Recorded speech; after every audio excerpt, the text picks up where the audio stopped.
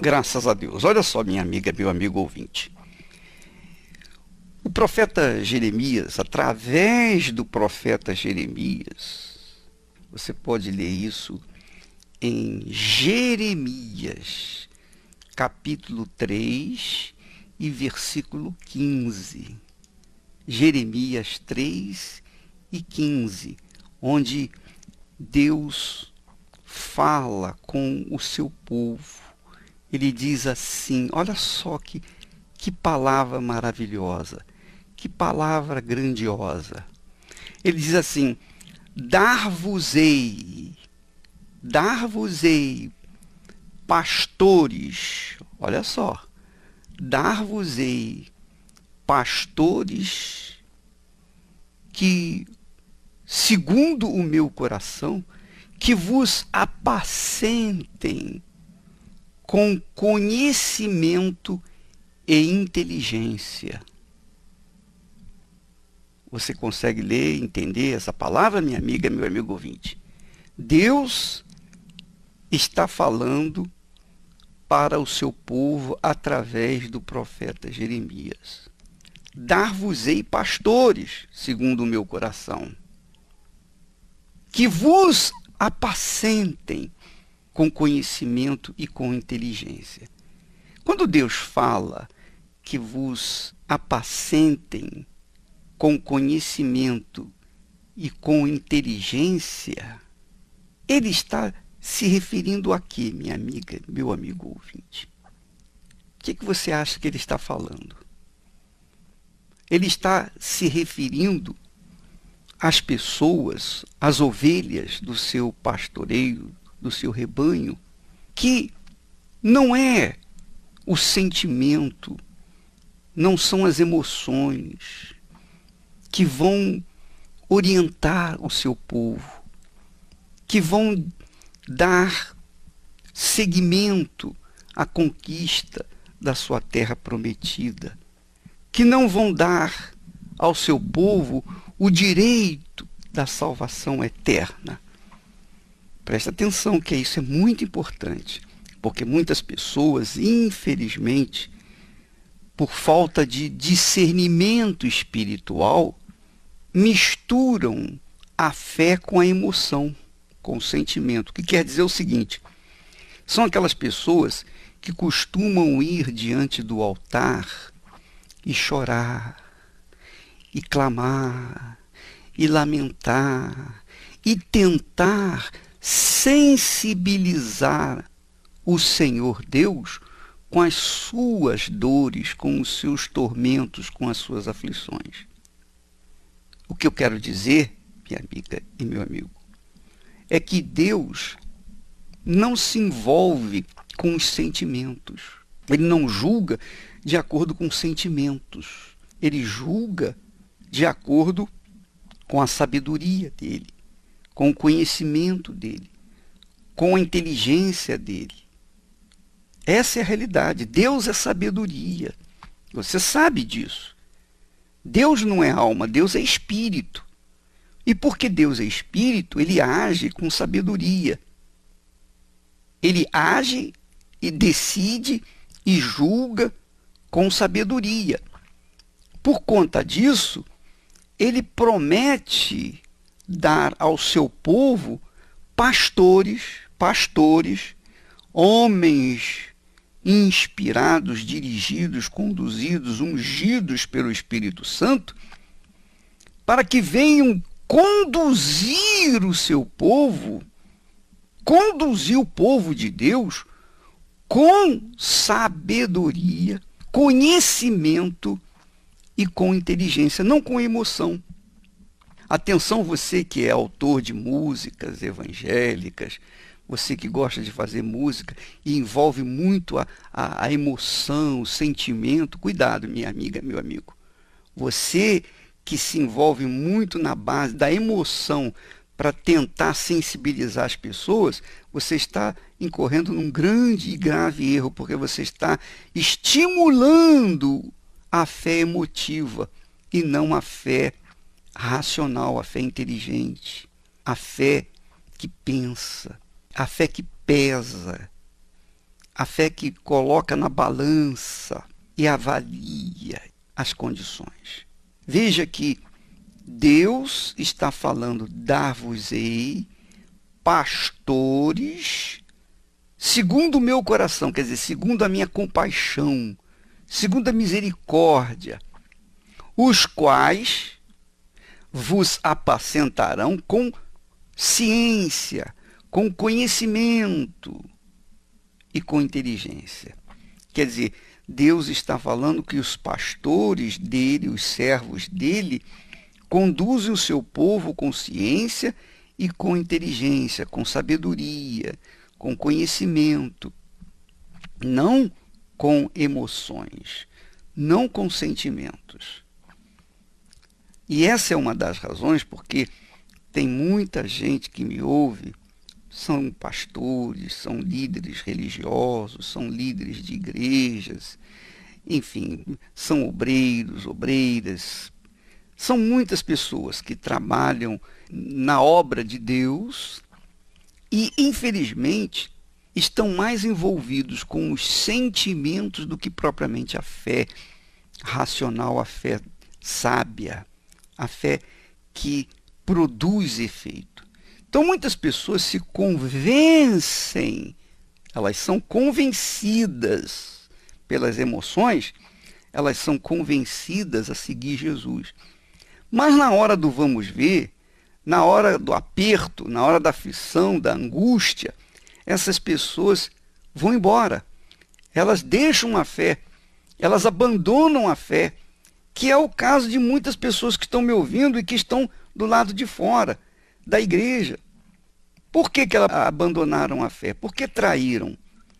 Por que se envolveram com o pecado? Porque elas não estavam apoiando a fé sobre a palavra do conhecimento, a palavra da inteligência, a palavra da sabedoria. Elas estavam apoiando os seus sentimentos, a sua fé, nos sentimentos, nas emoções, naquilo que sente ou deixa de sentir. E por conta disso, essas pessoas, na hora do vamos ver, elas fogem, elas vão embora. Elas simplesmente abandonam a fé, porque apoiaram a sua fé nas emoções, nos sentimentos. Ah, poxa, eu sentia isso, agora não sinto mais. Eu sentia aquilo, agora não sinto mais. Elas andam pelo sentimento. Então, no dia que não tem sentimento, elas se acham frias, vazias, e aí é uma porta, ou melhor, uma porteira aberta para a saída pelo mundo, para entrarem na gandaia, no pecado, na injustiça. Então, é por isso que muitas pessoas que me ouvem agora neste momento, às vezes nem gostam do meu discurso. Às vezes as pessoas dizem assim: eu não gosto desse Bispo Macedo porque ele fala coisas que não tem nada a ver na Bíblia. Mas se você conferir o que eu falo, você vai ver que tudo está de acordo com a palavra de Deus. Tudo de acordo com a palavra de Deus. Me diga uma coisa que eu tenha falado que não esteja de acordo com a palavra de Deus. Me diga. Você não vai encontrar. Por quê? Porque nós procuramos levar as pessoas ao conhecimento da palavra, e não apenas o conhecimento, mas a obediência à palavra de Deus.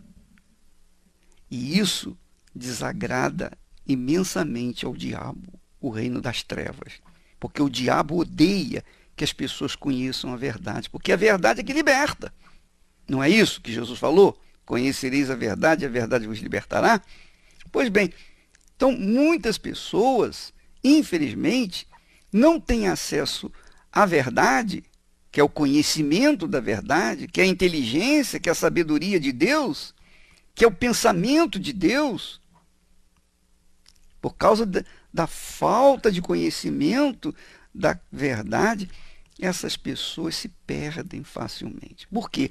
Porque outrora se davam conta dos sentimentos, elas sentiam. Ah, eu estava sentindo isso. Ah, eu ia na igreja, eu sentia aquilo. Ora, eu senti. Aquela mensagem foi tão boa, maravilhosa. Mas o dia que o pastor fala outra palavra da Bíblia, ela já não sente mais nada, porque está fria. Ela está fria na fé. O problema não é a palavra inspirada, o problema é ela que não está na fé inteligente, ela está na fé emotiva e depende de sentimento. E quando o coração dela rebelde não aceita determinadas palavras, então elas sentem aquela frieza espiritual. Aí debandam, vão embora, desanimam na fé. Ora, mas quem é nascido do Espírito Santo tem a fé do Espírito Santo. Tem a fé inteligente, tem a fé racional, a fé que pensa, que pesa, a fé que não é levada por uma cegueira. Não, a fé que está, ao contrário, apoiada no conhecimento da verdade. Jesus diz: conhecereis a verdade, e a verdade vos libertará. Ele não disse: sentireis a verdade, e a verdade vos libertará. Não. Ele disse: conhecereis a verdade, e a verdade vos libertará. O apóstolo Paulo disse assim: eu sei, quer dizer, ele não sentia, ele disse: eu sei em quem tenho confiado. Jó disse: eu sei que o meu Redentor vive. Ele não disse: eu sinto que o meu Redentor vive, não. Eu sei que o meu Redentor vive. Eu sei, que quer dizer, a pessoa tem conhecimento em quem tem crido, não sentimento. Você entende a diferença, amiga e amigo ouvinte? Eu sei que uma palavra como essa vai contra, né, aquilo que as pessoas gostam, porque as pessoas gostam de sentir, as pessoas gostam de emoções, as pessoas gostam daquela sensação do coração, que é enganosa. Mas a verdade, a palavra de Deus, fala de sabedoria, não fala de coração, não fala de sentimento, não fala de emoção, fala de sabedoria. Por isso ele diz: dar-vos-ei pastores, segundo o meu coração, que vos apacentarão com conhecimento, com ciência e com inteligência. Porque é com conhecimento que a gente é liberto. É com a inteligência que a gente tem um discernimento do que é bom e do que não é bom, do que é certo, do que é errado. Agora, se a gente conduz a fé na base do sentimento, tem determinados momentos que a pessoa toma a decisão em cima do sentimento. Por exemplo, a jovem estava fiel na igreja, muito fiel, era obreira, atendia as pessoas que sofriam. E um dia veio um rapaz que era viciado nas drogas, e ela começou a atender o rapaz, começou a orar por ele e tal, cuidar dele. O rapaz, de certa forma, mudou a sua maneira de ser. Ele mudou a maneira de ser, mas ele não se converteu, ele se convenceu.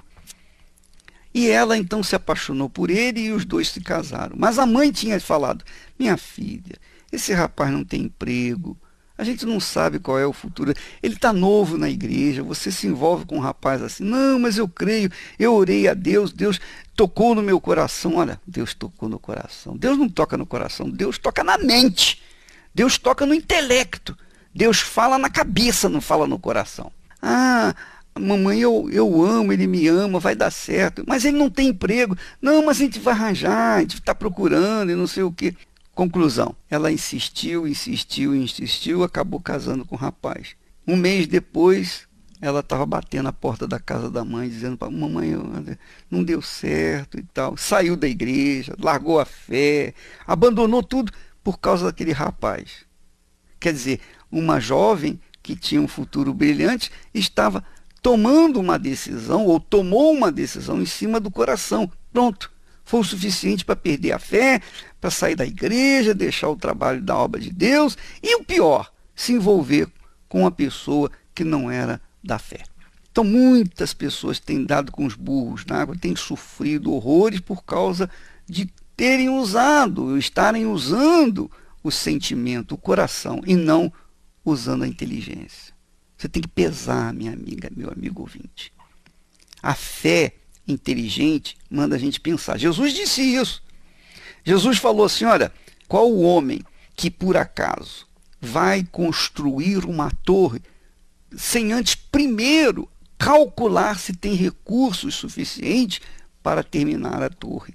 Para que, não tendo começado a torre, pare no meio do caminho por falta de recursos e aí ele seja envergonhado. Então ele tem que parar, pensar, pesar, ver as condições para que então ele tome a decisão. A mesma coisa é com o rei que vai lutar contra um outro rei. O primeiro rei tem 10.000 soldados, o outro tem 20.000 soldados. Então ele faz as contas. Espera aí, o meu exército é inferior ao exército daquele rei. Não, então é melhor eu fazer um paz com ele, não brigar, porque eu vou perder. Eu vou perder o meu reinado, eu vou perder os meus soldados, eu vou perder tudo. Então, minha amiga e meu amigo ouvinte, a fé inteligente sempre faz uma avaliação da situação, sempre pesa a situação antes de tomar a decisão. Essa é a fé inteligente. Então, Deus promete para o seu povo pastores que apacentam o seu povo com conhecimento, com sabedoria, com discernimento, com inteligência. Com inteligência. Ciência e inteligência. Quer dizer, conduz o povo, apacenta o povo com a fé que discerne o que é bom e o que não é, que faz pesar as suas atitudes, para que não venha tomar uma atitude impensada, insensata, e não venha dar com os burros na água.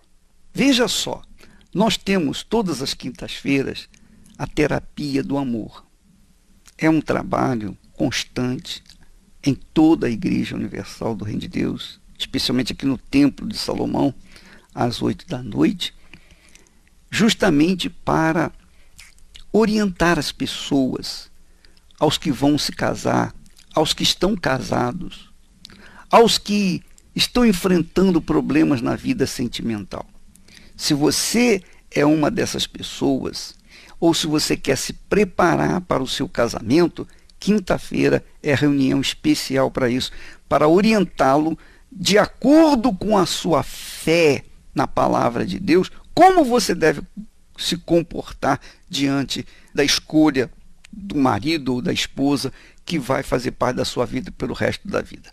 Então, nós temos testemunhos que mostram como Deus tem agido na vida das pessoas que fizeram coisas erradas, tomaram decisões erradas, mas reconquistaram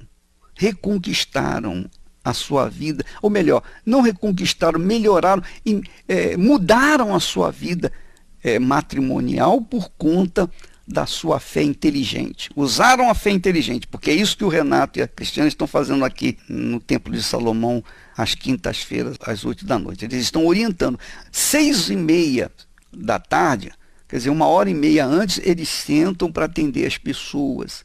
E mais outras pessoas, mais outros pastores e esposas atendem as pessoas que estão com problemas no seu casamento. E é gratuito, tanto o atendimento quanto a reunião. Você não tem que pagar nada. Vamos ouvir testemunhos de pessoas que resolveram seus problemas matrimoniais através dessa campanha de fé que é feita aqui todas as quintas-feiras, essa terapia do amor. Chegamos na terapia quando ainda namorávamos.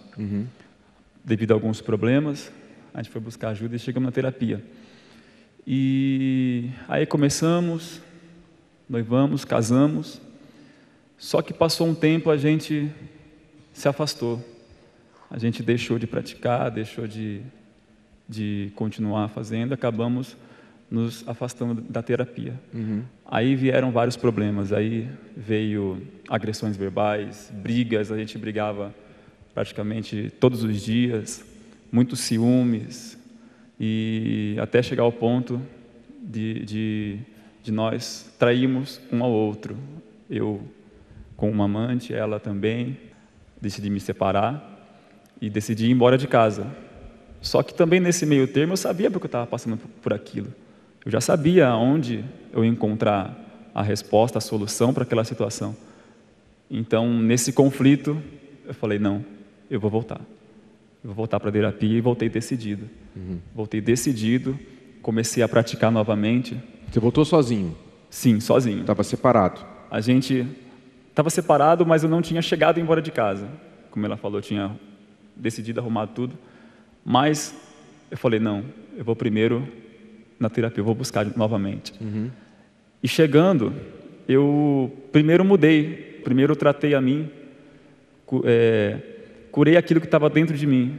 Porque se eu não mudasse a mim primeiro, eu não conseguiria mudar meu casamento. Então eu busquei e em menos de um mês eu consegui reconquistar meu casamento, trouxe ela comigo, ela também participou, chegamos novamente nós dois juntos, em menos de um mês, nós praticando, voltando na terapia, e ali começamos a reconstruir novamente o nosso casamento, consegui perdoar, até porque se não houvesse, né, o perdão, a gente não conseguiríamos reatar novamente. No começo não foi fácil, foi uma guerra, eu lutar contra mim, eu deixar o orgulho, deixar aquela coisa, não, me traiu, eu não quero mais. Mas também eu estava errado também. Para mim também foi difícil, quando eu descobri também, porque eu descobri primeiro ele e por isso que eu quis dar o troco. Aí então assim, foi, como ele estava falando, foi difícil mesmo, mas graças a Deus a gente já conhecia e sabia o porquê a gente estava passando por tudo aquilo. Então assim, para mim também foi difícil reconstruir a confiança, primeiro a confiança, a fidelidade, então assim, foi um processo. E graças a Deus hoje a gente restaurou o nosso casamento. A gente acha assim que quando a gente casa, Renato, bom, casei, né? Já estou casada, né? Então agora vamos deixar levar. E foi esfriando o casamento. Só que aí depois do esfriamento começou as brigas. Nós brigávamos muito. Não chegamos a nos agredir fisicamente, mas verbalmente nós nos agredimos na frente da minha filha. Na rua, um detalhe importante, mãozinha dada para todo mundo, para a família, nós éramos o casal mais feliz do mundo. Mas dentro de casa era um inferno. Chegava a ponto, Renato, da gente assim, eu ter nojo dele, nojo de chegar perto dele, nojo do perfume dele. Dentro de casa a gente não se tocava, a gente não se falava. Se fosse para falar era briga. Brigas e mais brigas, dos vizinhos ouvirem as nossas discussões. Eu tentava de algumas formas amenizar a situação, mas quando estávamos em casa não tinha jeito. Até foi onde que ela deu entrada no divórcio, né? Ela foi até no fórum pegar os documentos para dar a entrada. Até eu tive até uma surpresa, né? Que eu falei, pô, ela desistiu também, né? Só que eu só olhava os defeitos dele, Renato. Eu não via os meus defeitos, porque eu tinha N defeitos. Eu era orgulhosa, eu era turrona, eu era assim, tinha uma teimosia incrível, que ele falava uma coisa para mim, podia ser ele estar certo, mas para mim eu tinha que ir contra ele, tudo eu tinha que ir contra. Quando que mudou? Ele bateu na porta e eu já fui gritando, perguntando o que ele queria. Ele falou que queria me convidar para ir num lugar.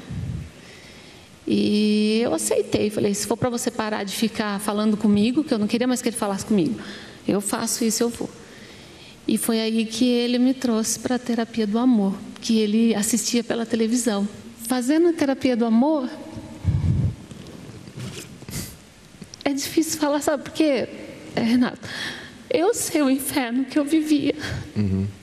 Era uma coisa assim, que chegava a ser insuportável, aquela dor que eu sentia. Até uma vez ele chegou a falar, ele fala que ele nem se lembra disso. Você vê como que a situação era forte. Ele chegou a falar assim para mim, com tantas mulheres lindas que eu tive, eu fui casar logo com você. Então assim, e hoje eu me emociono, mas não é de tristeza.